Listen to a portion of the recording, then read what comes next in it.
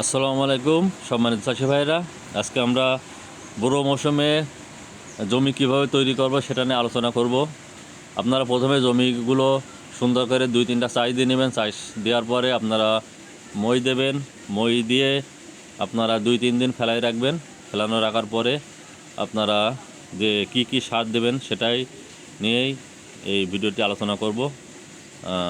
এই দেখেন আমার জমিতে কিন্তু চাষ দেওয়া শেষ। চাষ দেওয়ার পরে আমি কাদাগুলো আলি দিয়ে নিয়েছি।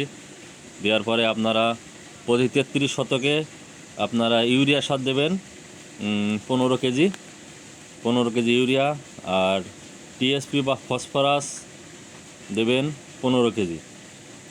এখানে দেখেন ইউরিয়া সার আমি এখানে 1 বস্তা দিচ্ছি। আমার এখানে প্রায় 1 একর জমিও বেশি।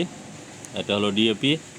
তারপর আপনারা দেবেন এমওপি বা লাল পটাশ সার প্রতি 33 শতকে আপনারা দেবেন 10 কেজি হারে। এটা জমি তৈরি করার সময় আপনারা অবশ্যই দেবেন, তাহলে আপনাদের জমিতে খাদ্যগুলো কিন্তু থাকবে।